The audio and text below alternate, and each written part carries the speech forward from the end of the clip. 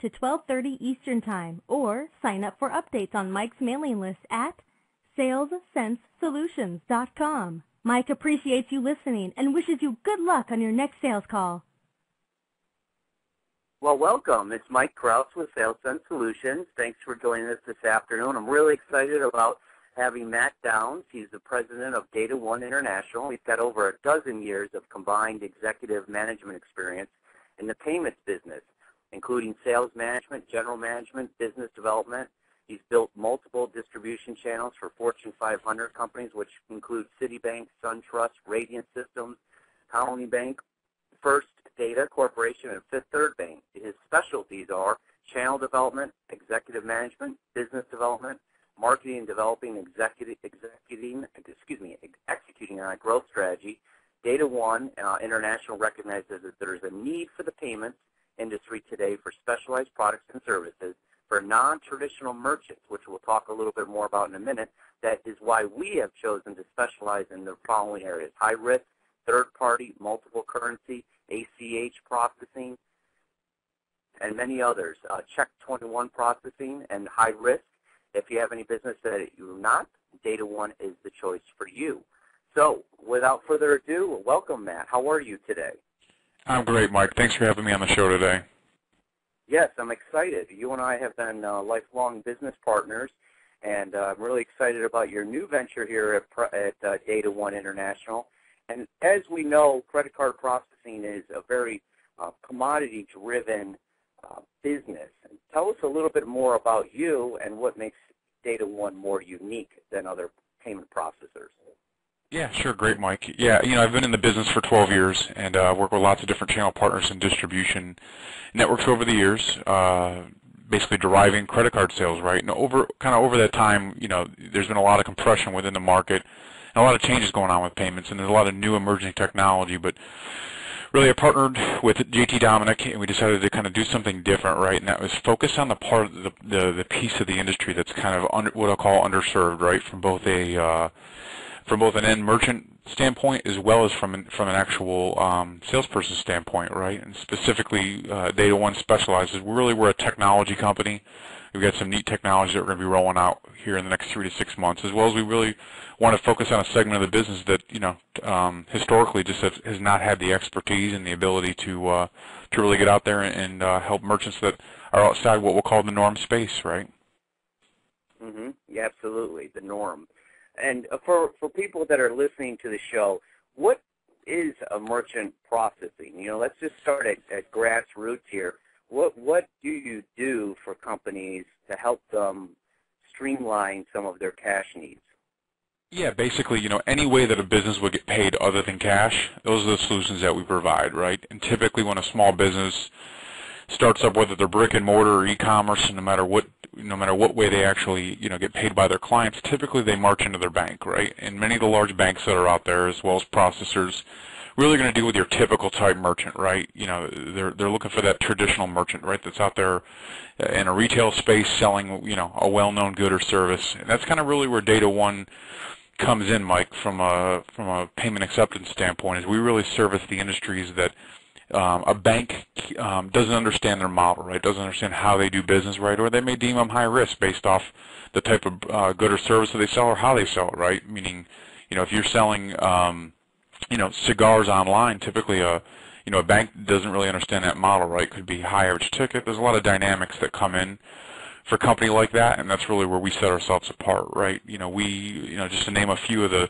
types of businesses that we serve, right? And this list is not all encompassing, but could be high risk entertainment, travel, for instance. There's been a lot of change where a lot of the banks have gotten out of the travel and furniture business. Specifically because of chargebacks, right? Meaning the end cardholder has the right potentially to get out of that payment. So a lot of the larger banks have steered clear of those because of the economic conditions within the travel industry and the exposure that some of these business types have. Name a few more. We can help businesses that do credit repair and counseling, which we know is a big segment out there in the industry today. Pharmacy, bail bondsmen, nutraceuticals, timeshares. Typically the type of businesses that the banks don't have the experience, your typical domestic bank doesn't have the experience kind of being able to really look at that business and understand what is this business about, how do they take payments, and really be able to service that segment. And Data One, we built a unique distribution model. It's, I don't like to use this term, but we're a little bit like a lending tree in that facet, right? So whether the folks on the phone are within the industry or whether you're an end merchant, looking for a merchant account, that's kind of really where we set ourselves apart, right? We've got about a dozen domestic banks that take this non-traditional business, as well as we've got several dozen offshore banks that specialize in these types of setups, right? And based off someone's industry type, et cetera, then from there we really figure out where's the right bank that understands that business's need and can offer the service right at a fair price. Absolutely. And we'll talk a little bit more about your guarantee towards the end here. But go back to I always try to create a lot of value on this show for the listeners, the word chargeback, which most people, you've been in the business for 12 years, so you know exactly what that means. But tell business owners that could be listening to the show right now what a chargeback is and how to protect themselves. Yeah, it's an interesting thing. So really what a chargeback is, Mike, is it's where the end card holder disputes the charge, right? Meaning Mike Krause goes online to Yahoo stores and goes to buy himself some lawn furniture, right? Uses his American Express, Visa, MasterCard, Discover, right? Goes out and makes the charge. The lawn furniture shows up, it's damaged. You, as the cardholder, Mike, have the ability to go to the bank that issued your credit card. In this case, let's say it's Capital One, and say, hey, Capital One, the merchandise showed up damaged, right? And there's a dozen reasons why the end cardholder could charge back. In that case, potentially the retailer would lose their funds, right? I mean, the funds in this case would be taken back from the Yahoo store and given back to you, the cardholder, and you'd return the merchandise. And from a customer standpoint, that's great, right? You've got that assurance when you use a card type that you're going to be satisfied with the good or service. The other end, though, when you're an end merchant, this is exposure, right? Meaning you can't control, in some cases, you can't control reasons for chargeback. And what Visa, MasterCard, and the associations say around this, Mike, really is that the burden of proof is on the merchant, right? I mean, they have to provide proof that that good or service showed up at your door, it was as advertised, right? And in some cases, you the client can do everything right. You can use the different card verification values, address verification values, different means in order to try to protect yourself, but you'll still have exposure. And that's where Data One is a little bit different, is we really take a consultative approach, sit down with business owners and inform them different ways on how they can best protect themselves in these situations from their end customer, right, unfortunately. And that's one of the things, that's one of the value adds that we kind of bring through our approach to end merchants. Absolutely, yeah, because it's important to obviously sell things, but also to keep those monies that come in. You have a reputation in my mind of creating a lot of fast growth, high-paced organizations with a lot of feet on the street.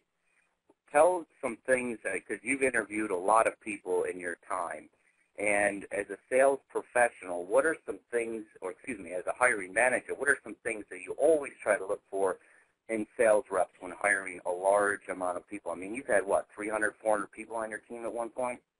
Yeah, yes, absolutely. I think it really comes down to success is about surrounding yourself with talented people, right? And that's what I focus on is when I'm talking to someone, right, potentially as a partner, I'm looking at their background, right, and what is their career trajectory been, and what's their level of success, right? I use a documented process that many of the folks on the phone are probably familiar with, behavioral interviewing, right? And it doesn't have to be structured in format, but you can use the same technique, right? You really want to dig in, and this pertains whether you're a salesperson applying for a sales job or whether we're looking for a new partner, right? I'm looking at what's their past, what are the behaviors, key attributes that kind of got them to where they're going, right? And then from there, make a decision. Is this someone that I would want to do business with, right? And through that process, I can quickly vet who are the people that I think can help make a contribution. I believe in all these relationships, it's really about a partnership, right? Creating kind of a win-win, and that's really how I've approached the business over the last 12 years. Mm-hmm. Absolutely, absolutely. Besides doing the traditional lead management or prospecting, what are some things that your team does out there on the street? I mean, tell listeners how your accounts come in the door. How are your sales reps generating new business? You know, Mike, it's a tough economy out there, right? You can spend a lot of money advertising and not get a return, and we're finding, you know, in this economy, the advertisers are definitely finding that's not the way to drive the business. And one of Data One's kind of focuses is really on the personal relationships level, right? Meaning our number one mantra is all about networking, right? Whether it be a formal organization like a BNI or a leads group, right, and really getting in there and vet the players in those groups, right?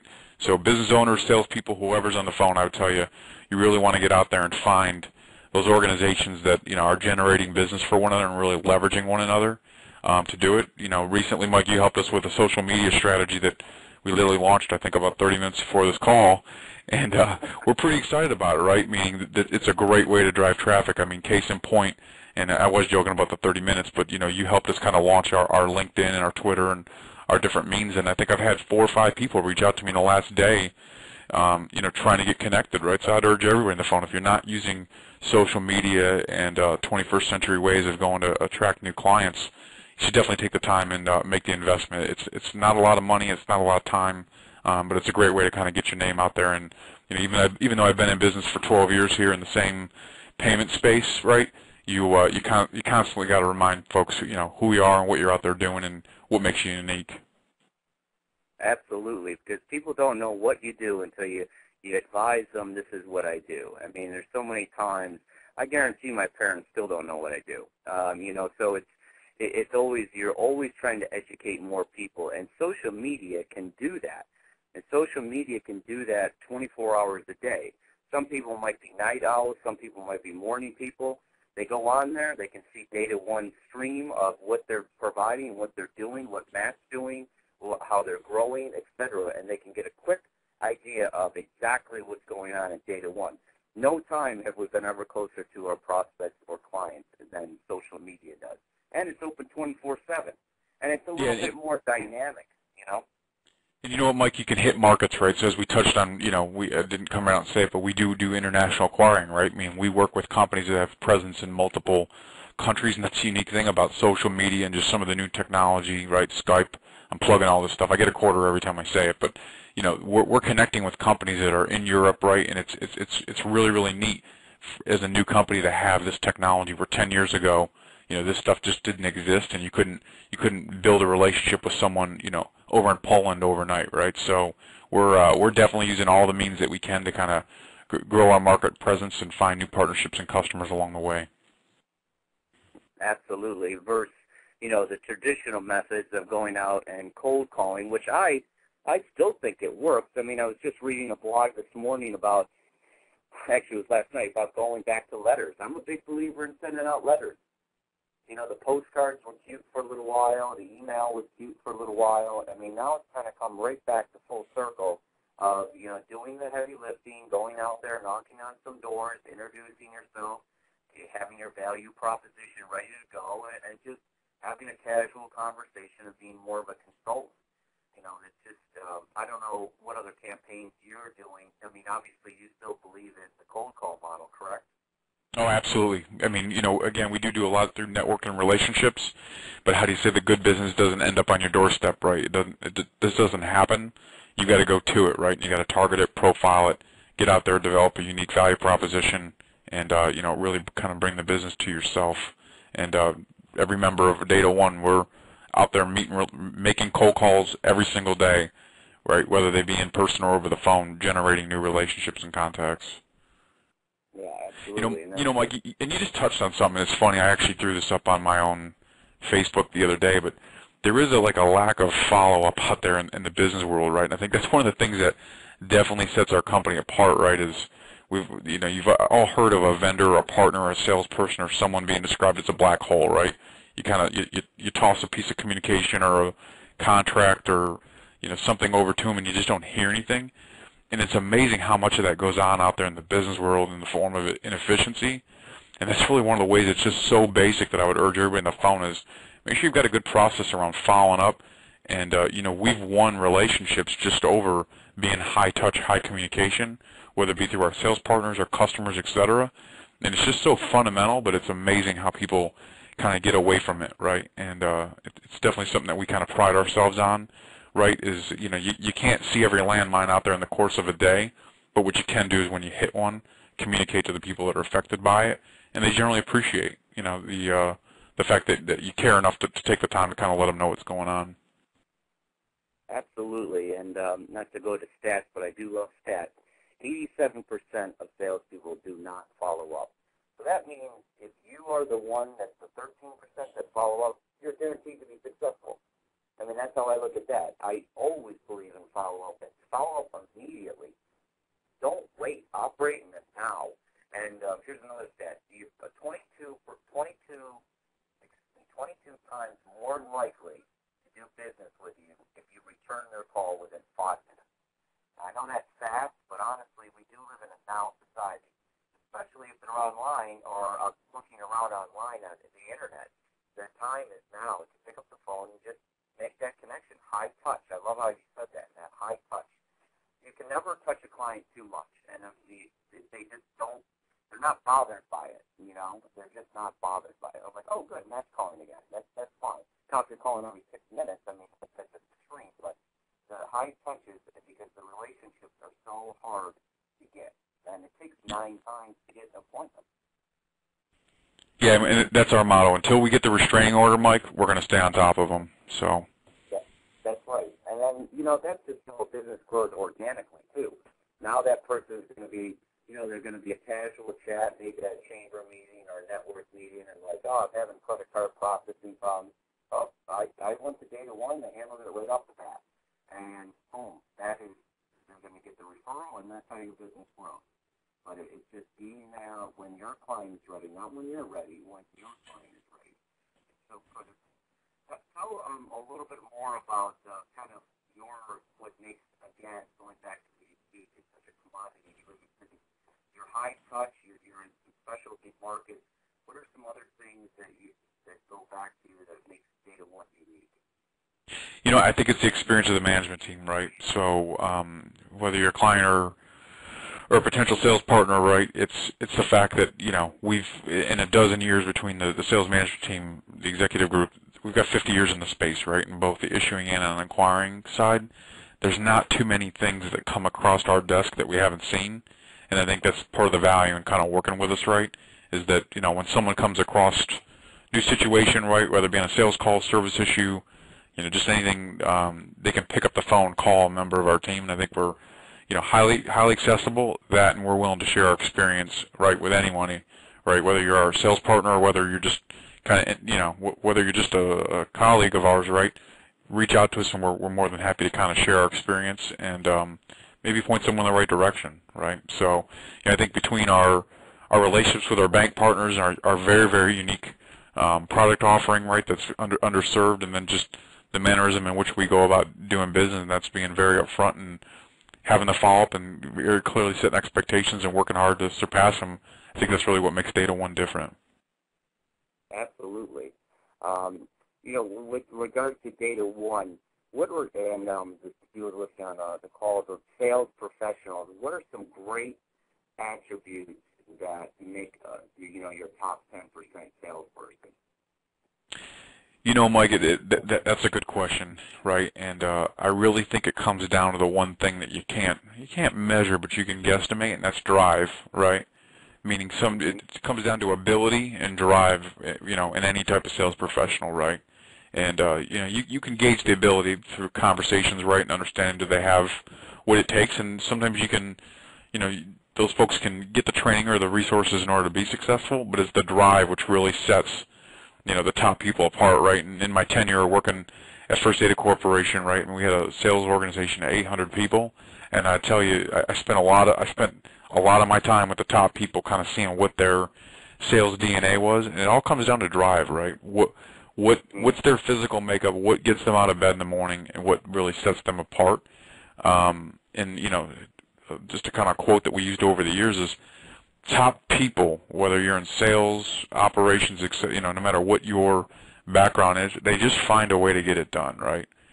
And we want to be careful that saying doesn't mean that they cut corners or do things that aren't right, but they don't make excuses, right? They don't spend any time focused on why they can't get the job done, right? They're going to make the extra 5 cold calls, right? on a Saturday. They're going to go down to Lyle Avenue, Michael, and they're going to make those extra 15 calls, right? Right, buddy? I mean, you and I were there, right? I mean, the end of the month is the beginning of the month, right? I mean, they just have a different mentality about how they approach the business, right? And fair is not an option, right? I mean, in this economy, right? If everybody just sat out there and stayed status quo, right? If your productivity and the way you went about business is the same today as it was in, say, 2006 when things were a little bit healthier, you're literally guaranteed a pay cut, right? What I find in talking to, I keep a lot of friendships, right, with top people, right, that it's not about business anymore. It's about, personal friendships, et cetera. And when you talk to them, they're given, I don't want to use the cliche 110%. They might be given 130%, right? Why? Because they have reached a level of success that they're not willing to kind of go backwards on, right? And they're trying to find new ways to, innovate themselves, find more business, go back to their existing relationships, help those business owners find ways to generate new revenues and kind of reinvigorate their business, right? And that's really kind of the cliche of a top performer, right, is that, that they're constantly looking at ways to better improve themselves, and they don't let anybody set the bar for them, right? They're working to their own drum. Absolutely, and you brought up a couple things about, and I just did a webinar last week on that, going above and beyond, and that's the difference of success. And yes, I have been on those calls on Mile Ave or Main Street, and I went out on a Saturday when I was providing the credit card solutions. I went out down there to that jewelry store, I can't remember the name of it, and provided service on Saturday, and, I made a $2,500 bonus because I was one unit away, and, of course, it was the 30th of the month. But that's what a top performer does, is goes above and beyond. And I know people didn't like what I said, put it on a slide a couple weeks ago, but working nights a little bit and the weekends every now and then, honestly, will pay off 10 times. Because you're out there doing things that other people are not doing. So that's the key to success. There's no question about it. Yeah, and Mike, I actually shared over the years a technique called 5 after 5, right? And this holds true for anybody who listen to your call, and there's a little bit of extra dedication in making those 5 cold calls, those 5 contacts, say after 5 o'clock. I know you were a Friday afternoon and a Saturday morning guy, right? There's a certain level of how your relationship builds in those off hours, right? So if a salesperson comes into a business owner after 5 o'clock at night, all of a sudden that business owner's like, this person's, they're breaking the mold of what a salesperson is, right? They're showing extra dedication, right, for that call at night and the call in the evening. And I think those dialogues are generally a lot more successful than the salesperson that's working between 10 and noon, right? That what's convenient, right? But that kind of putting in that extra grind. And I've personally generated some great relationships in off hours because there's an implied dedication to the business that you pick up in those efforts. You and I are on the same page, 100%. I say that all the time. I go, if you're selling to a business owner or an executive, guess what? They're not working 40 hours a week. They're probably working 60 plus. So if you break the mold like you just stated, go in there after hours, and maybe you just started working at 3 o'clock. No one says that you have to start working at 9. There's no one saying you got to start work at 9. You can start at work at 3 and work to 9 at sales. My point is, when I was calling on senior level management, I would always call after 5 o'clock because that's when, number one, the gatekeeper's gone. Number two, now I'm on the same level. I'm working overtime just like that person.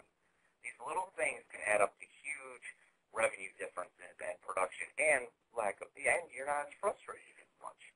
There's nothing worse than calling. I remember, we've had some non-performers in our time, Matt and I. And, I remember this Bill guy. He'd call and he goes, Mike, no one's returning my call. I'm like, well, what are you doing? Oh, I'm calling restaurants at noon. Well, I go, Bill, that's not very smart because more than likely they're, busy serving food at that time. Just a little common sense goes a long way. So, but dog catching happens. So, what about, we only have about 5 minutes left. Tell us your long-term vision for Data One and how people can get involved with Data One, on a partnership side, on a merchant side. Tell the audience a little bit more about how they can get involved with you. Yeah, really, at the end of the day, Data One, Mike, we're a merchant processor, right? We're out there as advocates on behalf of businesses, right? Be it a traditional business, right, or one of these non-traditional businesses that we've talked about earlier in the call. Our end game is really to, within the payment space, to help small businesses better understand this complex thing called interchange, which we haven't talked about in this call, right? But there's some recent regulation with the Durbin Bill. There's a lot going on within the payment space. There's a new evolving technology out there called m-commerce, right? And our end game, really, Mike, is to build a business where we're helping small business owners, educating consumers and merchants alike on payment schemes, how it affects the cost of goods that they're buying, right? How it affects their bottom line, and really kind of change the landscape, right? We've got a new issuing product that we're working on, right? That we'll be sure to put some press out there on our newly launched blog here. That will be very different, right? Will actually help. It's not the loyalty card, right? That's something that you're carrying on your wallet, right? Your debit with rewards that cost the small business owner more money, right? That's not a win-win. Our end game is to really create a win-win between consumers and business owners, around security and cost of payment vehicles. For anybody that's looking to get involved in Data One, you're welcome to reach out to me directly. It's Matt at Data One, all spelled out, intl.com. Visit our website, www.data1intl.com. There's a couple of links there. You're welcome to click careers. Whether you're interested in a sales partnership, if you're a merchant looking to find a better situation, and I'll tell you a little bit about our merchant guarantee here in a second, or whether you just want some advice around payments, pick up the phone, give me a call. I practice what I preach. I'm all about networking, right? I'm happy to give free advice, insight, whatever I can do to help someone kind of along the way, right? Pay it forward, right? Merchant guarantee, right? We really put our money where our mouth is, right? So we have got a merchant guarantee, Mike, that we offer to all small business owners, and we've got some unique contracts, right, that I can't get into the details here on your radio show because we just don't do business that way, but we can literally put our money where our mouth is. We can literally tell a business owner, we will guarantee that we will lower your processing costs, or I'll personally stroke you a check for $500 out of my checkbook. It's in writing. It's on our website. We have that much confidence in our expertise and our relationships that we can be impactful to any business out there, regardless shape, size, type, format, etc. Yeah, that's incredible to throw $500 out on the table. Anyone that has current merchant processing, or they are willing to take credit cards, which obviously will increase your sales. I don't know, or I can't remember these stats, but if you're not accepting credit cards, I mean, you got to get with the times a little bit too and accept this form of payment, and it will help you increase sales. There's no question about it. But I mean, to have a $500 guarantee just to take a look under the hood, that's a very powerful value proposition. So, anything else that you'd like to add? We've got to close it down here, but I've enjoyed myself, and it's always good to connect with old-time colleagues and friends, and I thank you for your time. No, Mike, thank you very much for having us on the show today. Yeah, absolutely. Well, next week we'll have Karen Marley from KM Wordsmith talking about sales and how to use the English language to increase sales. So that'll be exciting. And I wish everyone good luck on their next sales call. And thanks again, Matt, for your time. I really appreciate it. Have a great day, Mike. Thanks. You too. Bye, Matt.